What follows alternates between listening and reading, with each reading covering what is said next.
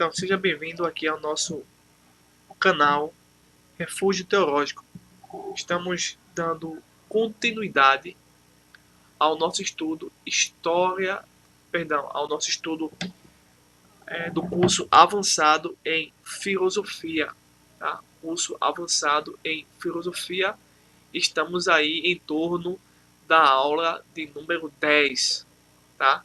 Aula de número 10, curso avançado em filosofia, tá certo? Então hoje a gente vai estudar os períodos e investigações da filosofia, tá certo? Então, realmente hoje nós vamos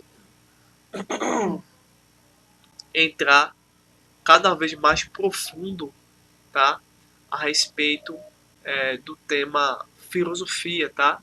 Então, eu gostaria que vocês prestassem bastante atenção ao nosso podcast, né? Que hoje está sendo bastante utilizado o podcast. Então, estamos aí em torno da aula de número 10, aula de número 11, tá certo? Depois vamos certificar. Mas, tome nota, faça a anotação, tá certo? E qualquer coisa, vocês dão uma pausa no vídeo, voltam, tá certo? Para ficar assim bem compreendido, tá certo? Bem, períodos e investigação da filosofia, tá? Então, sabemos que historicamente existem 4 grandes períodos da filosofia. O primeiro período nós chamamos de período pré-socrático ou período cosmológico. Este período se preocupa sobre a origem do universo e com as transformações da natureza. Segundo período, período socrático ou chamado período antropológico. Nesse período, a filosofia se concentra sobre as questões relativamente humanas. Terceiro período, o período sistemático. Esse período é o período em que reúne de forma organizada e sistemática toda a pesquisa que a cosmologia, junto com a antropologia, resolveu. É neste momento que a teoria do conhecimento, a lógica, vem a se desenvolver ou a nascer. No caso aí com Aristóteles, né? Quarto período, o período do helenístico ou período greco-romano. Bem, a filosofia procura dialogar com a ética, com a natureza e sua relação com Deus. Período pré-socrático ou período cosmológico. Aqui nesse momento eu vou estar te dando explicações a respeito desses 4 períodos que eu falei para vocês da filosofia. Aqui eu vou estar trazendo mais informações, tá certo? Então nós estamos aqui nesse momento no período pré-socrático ou período antropológico. Nesse período aparecem as seguintes escolas: escola jônica, itálica, eleata e a escola pluralidade. A característica desse período é oferecer uma explicação racional sobre as transformações da natureza, buscam o princípio de tudo, ou seja, eles querem a causa natural e contínua. Para os filósofos pré-socráticos, a physis da natureza é tudo. Cada filósofo desta época escolhe sua própria physis. Já no período socrático ou período antropológico, temos nesse período a ideia de democracia grega e as chamadas famílias aristocráticas responsáveis pelo padrão da educação. Para acabar com a antiga educação, aparecem na Grécia os sofistas, tá? Presta bem atenção sobre os sofistas. Bem, eu quero aqui fazer a citação do professor e escritor Abraão de Almeida, no seu livro Teologia Contemporânea, Influências das Correntes Teológicas e Filosóficas na Igreja, nova edição ampliada, página de número 14 e página de número 15, tá certo? Veja só, a fase antropológica da filosofia substitui a fase cosmológica, dando origem ao surgimento de grande número de sábios, mestres e vagabundos. Eram os sofistas. Esses sábios eram muito admirados por todos os que lhe pagavam para que lhes ensinasse a arte de argumentar e de discutir. O que caracterizava, porém, era a exaltação que davam ao homem como indivíduo. Os sofistas eram desprezados pelos aristocratas do saber, pelos filósofos.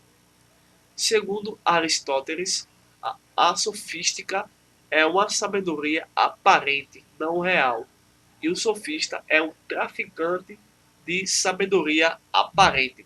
Deixa eu te dar uma pausa aqui nesse momento e dar uma pequena nota explicativa. Hoje em dia, no YouTube, o que tem aparecido, não só no YouTube, mas em outros ambientes, pessoas travestidas de uma roupagem acadêmica e que vendem um produto falsificado, tá? Um produto estragado, um produto que é contaminado. Tá? Essas pessoas que supostamente têm um diploma ou se formaram em uma universidade e saem por aí dizendo coisas anticientíficas, antiteológicas, antifilosóficas, essas pessoas que infelizmente têm um grande número de seguidores no canais, tá? Se você criar um canal no YouTube por besteira, tá? E por mentira, o seu canal cresce rápido, tá? O seu canal cresce muito rápido, diferentemente de canais como o nosso, que se preocupa com fontes, que se preocupa com conhecimento, que se preocupa com a educação teológica, a educação filosófica, de forma que tudo que for passado seja passado de uma forma é, que você possa verificar e que o produto, a comunicação, tá, seja de uma forma verdadeira. Tá?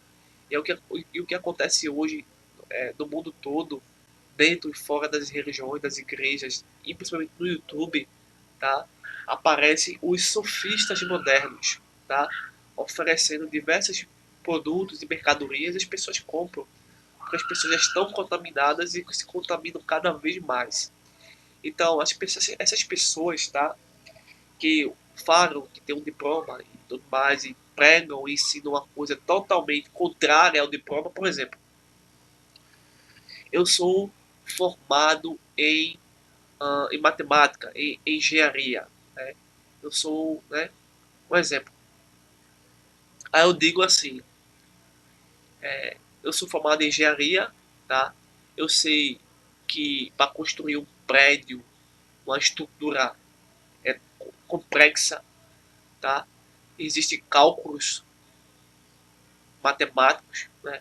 Existem materiais, pessoas, existe toda uma ciência por trás disso, né? Aí eu quero vender um produto, tá? De ficção, um produto de enganação. Aí eu vendo, gente, eu sou formado em engenharia, em matemática, né? E eu quero dizer com vocês que é impossível existir prédios. Prédios não existem. Não tem como você sustentar um prédio à base de tijolos e blocos de cimento. Não tem condições. Ferro, muito menos, porque o ferro se entorta, ferro vira ferrugem. E isso ia cair. Então eu começo a conquistar o indivíduo a partir de uma meia-verdade, tá?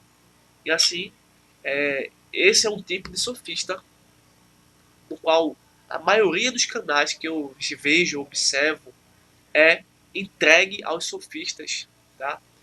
Mas eu agradeço a vocês que estão no nosso canal e fiquem sabendo que aqui, de forma nenhuma, somos sofistas, tá? Ao contrário, somos verdadeiros filósofos que mostram o sentido, o propósito correto das coisas, tá certo? Por meio, obviamente, de fatos, de dados, de bibliografias, tá? E assim, para quem acompanha o canal sabe muito bem o que é isso tudo. Então, tá aqui essa pequena explicação mais próxima do nosso contexto, tá? voltando aqui na página 14, é dito assim: o próprio nome sofista, do grego sofia, sabedoria, não possuía em sua origem nenhum sentido pejorativo, mas esses retóricos de má fé, como Platão os chamou, na realidade diferiam essencialmente dos filósofos, visto que não mais tomavam o objeto a ser conhecido como fim e regra de sua ciência, mas se concentravam nos interesses do sujeito que desejava o conhecimento do objeto. Mestres ambulantes que ensinavam por dinheiro, os sofistas eram tudo menos sábios. Sem desejar a verdade, eles queriam se eles queriam as vantagens da ciência, enquanto esta significava para seus possuidores poder e dominação. Os sofistas transformaram uma das mais dignas ciências da arte de negar e destruir pelo raciocínio. Os sofistas queriam ser grandes pela ciência e acreditavam nela, mas não criam na verdade. Então, é como, te dar um exemplo, é como você estudar teologia e de repente abre um canal e diz que Deus não existe. Você é o que? Você é um falsificador. Não faz sentido, não bate. Você é formado em geografia e diz que a Terra é plana. Não bate, é um falsificador. Você é formado em história e diz que Cristo não existiu. Você é um falsificador. Não bate. Você é um sofista. Você é formado em física e diz que Deus não criou o universo. Não bate. É um sofista, é um falsificador. Deu para entender aí essa questão dos sofistas, tá certo? Os principais sofistas, tá? São Protágoras de Abdera, Gorgias de Leotone e Isócrates de Atenas. O que eles diziam, os sofistas? O que os sofistas diziam? A filosofia dos pré-socráticos não faz sentido e que a verdade era relativa. Diziam também que não é preciso chegar a nenhuma conclusão. Os sofistas praticavam a persuasão para tanto defender uma tese quanto negar a tese. Todavia, o Sócrates se tornou o maior e terrível adversário dos sofistas.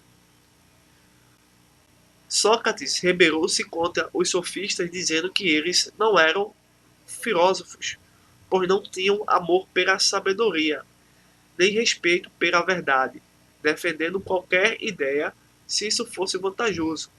Corrompiam o espírito dos jovens, pois faziam o erro e a mentira valerem tanto quanto a verdade. Então, realmente, os sofistas da época de Sócrates, eles eram o que nós podemos chamar, assim, dentro da teologia, de falsos profetas, de falsos mestres do ensino, tá certo? Sócrates, antes disso, vou dar outro exemplo, melhor, né? Esse tipo de sofistas são os médicos falsos. Imagine uma pessoa que diz assim: eu sou formado em medicina, sou cirurgião cardiovascular, sou neurocientista aí, né? Eu sou responsável por milhares de cirurgias. Aí você tá certo, amigo. Eu tô precisando de uma cirurgia pro meu coração, sei lá, uma cirurgia pro meu estômago, alguma coisa assim. Aí você, de repente, sente o desejo de perguntar: você tem diploma? Aí a pessoa, que é, no caso aqui dessa história, é o sofista, né? Não, não precisa de diploma, não. Não precisa de faculdade. Não precisamos de referencial. Eu não preciso de um certificado. Aí você tem que pensar, né? Se eu fizer a cirurgia com um cara desse, eu estou querendo morrer. Ele vai acabar matando você. Não é só um sofista, é um sociopata. E se você fizer essa cirurgia, você é pior do que ele. Então, a mesma coisa dentro do mundo, do conhecimento. A gente tem que procurar pessoas capacitadas, tá? pessoas que realmente saibam do conteúdo, da matéria, do assunto, para a gente poder aí ter certeza, certo? E não ser enganado. Sócrates é contra os antigos poetas gregos chamados de Homero, Pidaro e Hesíodo. É contra os antigos filósofos e principalmente contra os sofistas. A partir do questionamento de Sócrates, a ênfase recai nesse período sobre como o homem conhece as coisas ou sobre o conhecimento do homem. Sócrates tem uma grande lição para todos nós quando, quando ele perguntava. Sócrates, quando estava na vida pública, na cidade, nas ruas, ele perguntava algo interessante que fazia as pessoas ficarem com medo, irritadas e até mesmo ficavam chateados com Sócrates. Mas Sócrates perguntava assim, pergunta: você sabe o que é isso em que você acredita? Você acha que está conhecendo realmente aquilo em que acredita, aquilo em que está pensando, aquilo que está dizendo? Então essas perguntas realmente deixavam as pessoas chateadas. Isso abalava o emocional de que se achava esperto demais. Os inimigos de Sócrates ficavam irritados e ficavam plenamente furiosos quando Sócrates dizia no final: eu também não sei, e por isso estou perguntando. Tipo assim, quando Sócrates fazia essas perguntas, as pessoas perguntavam, né? Na verdade, as pessoas respondiam. Aí, depois que as pessoas respondiam, perguntavam a Sócrates, esperando que ele dissesse algo. Aí o Sócrates dizia, eu também não sei, por isso estou perguntando. Aí isso deixava a pessoa mais complicada ainda, porque a resposta daquela pessoa, ele sabia que estava errado. Aí eles queriam que Sócrates respondesse. Aí Sócrates concluía dizendo, só sei que nada sei. Aí, quando ele dizia isso, o pessoal detestava, tá, conversar com Sócrates. Sócrates botava qualquer falsificador do conhecimento para correr, tá? Sócrates, portanto, procurava, por meio de sua filosofia, a essência real e verdadeira das coisas e das ideias. Ou seja, aqui, meus amigos, o curso de filosofia da história ou filosofia, tá, é justamente isso. Quem faz filosofia essa pessoa está procurando o sentido real e verdadeiro das coisas. Quem faz filosofia quer isso. A filosofia vai te dar isso. Tá? Um curso que não oferece a essência real e verdadeira das coisas ou da ideia não é um curso de filosofia. Um curso de filosofia é verdadeiramente um curso de filosofia quando, à semelhança de Sócrates, buscamos a essência real e verdadeira das coisas ou das ideias. Esse é o ponto assim extremamente fundamental para o nosso curso, tá certo? Mas esta descoberta não estava na percepção sensorial, mas sim no pensamento. Sócrates rejeitava opiniões, mas desejava o conceito. E por que ele fazia isso? Porque as opiniões das pessoas são diversificadas, mas o conceito é a essência real, tá? As perguntas de Sócrates referiam-se à ideia, valores, práticas e comportamentos que os atenienses julgavam certos e verdadeiros em si mesmos e por si mesmo. Por esse motivo, Sócrates se torna inimigo perigoso de Atenas. Eles acusavam Sócrates de respeitar os deuses, corromper os jovens e violar as leis. Então, levado à Assembleia, Sócrates não se defendeu e foi condenado a tomar um veneno chamado cicuta. Por que Sócrates não se defendeu? Porque dizia ele, se eu me defender, estarei aceitando as acusações e eu não aceito. Se eu me defender, o que os juízes vão exigir de mim? Que eu pare de filosofar, mas eu prefiro a morte a ter de renunciar à filosofia. Veja que exemplo para nós hoje, tá certo? Então, Platão narra na sua obra Apologia de Sócrates, o julgamento e a morte de Sócrates. Baseado nos escritos de Platão, a característica do período socrático, ou período antropológico, é a ênfase nas questões humanas, confiança no pensamento. O pensamento oferece critérios para se descobrir a verdade, ênfase nas virtudes morais e políticas, separação entre opinião e conceito.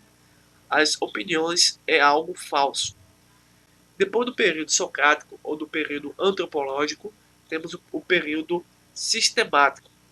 O principal filósofo deste período é o filósofo Aristóteles de Estagira. Temos aqui a complexidade e a totalidade do saber filosófico. Aristóteles afirma que, antes de um conhecimento constituir seu objeto e seu campo próprio, seus procedimentos próprios de aquisição e exposição, de demonstração e de prova devem primeiro conhecer os princípios e as leis gerais que governam o pensamento, independentemente do conteúdo que possa vir a ser pensado. O estudo dos princípios e das formas do pensamento, sem preocupação com seu conteúdo, foi chamado de Aristóteles, de analítica, mas desde a Idade Média passou a se chamar lógica. Aristóteles foi o criador da lógica como instrumento de conhecimento em qualquer campo do saber. Então, obviamente, depois a gente vai aprofundar mais isso em Aristóteles, mas Aristóteles ele tem uma filosofia muito diferente do Sócrates e do Platão, tá? Pois o seu conhecimento advém das coisas que pode conceber no mundo físico, tá? Pelos sentidos. E aqui o Aristóteles ele fortalece a sua filosofia quando descobre o poder da lógica. Então, mesmo que uma pessoa esteja mentindo, enganando algo a respeito do assunto, essa pessoa está usando a lógica, tá? E mesmo que a pessoa negue a existência da lógica, essa pessoa usa a própria lógica, tá? Então, não é uma invenção de Aristóteles, a lógica existe, tá? Então, é por meio da lógica que também se descobre, ou pelo menos se aproxima-se da verdade em um determinado discurso. Após o período sistemático, nós temos o último período, tá? O período chamado período helenístico. Nesse período, a filosofia cria grandes sistemas para estudar a física, a ética e a teologia. Segundo os estudiosos, 4 sistemas influenciavam o pensamento cristão: o estoicismo, o epicurismo, o ceticismo e o neoplatonismo. Aristóteles oferece uma classificação dos campos da atividade filosófica. Para Aristóteles, esses são os campos do saber: ciências produtivas, ciências práticas, ciências contemplativas. A filosofia de Aristóteles tem sua beleza na metafísica e na teologia. Meus amigos, tá, que acompanham o canal, meus irmãos na fé em Cristo, que estão aqui com a gente, eu quero agradecer a sua atenção nesse exato momento. Tá? Estamos terminando essa aula, tá? E se Deus permitir, nessa semana que está entrando, vamos postar mais estudos sobre curso avançado em filosofia, tá? Então, compartilhe nossos vídeos, divulga aí nas suas redes sociais para que mais pessoas possam aí se matricular no nosso Instituto de Ensino Teológico, pois vamos nos preocupar em trazer boas informações e fazer uma formação adequada nesse tempo tão sombrio em que o engodo e o engano parece que permanece sobre a nossa sociedade. E com a filosofia, tá, nós podemos, juntamente com a teologia, podemos modificar a sociedade que está indo para o caos. Então, se você está chegando nesse exato momento, se inscreva no nosso canal, compartilhe o nosso vídeo, deixe o seu like, pois é muito preciso para a gente, tá? Pelo menos aqui para o YouTube, a plataforma do YouTube. Então, deixa aí o meu abraço e até o próximo vídeo, se assim Deus te permitir. Então, não deixe de estudar, continue com a gente, tá? Sempre que estivermos postando coisas novas, estamos postando também no nosso grupo do WhatsApp.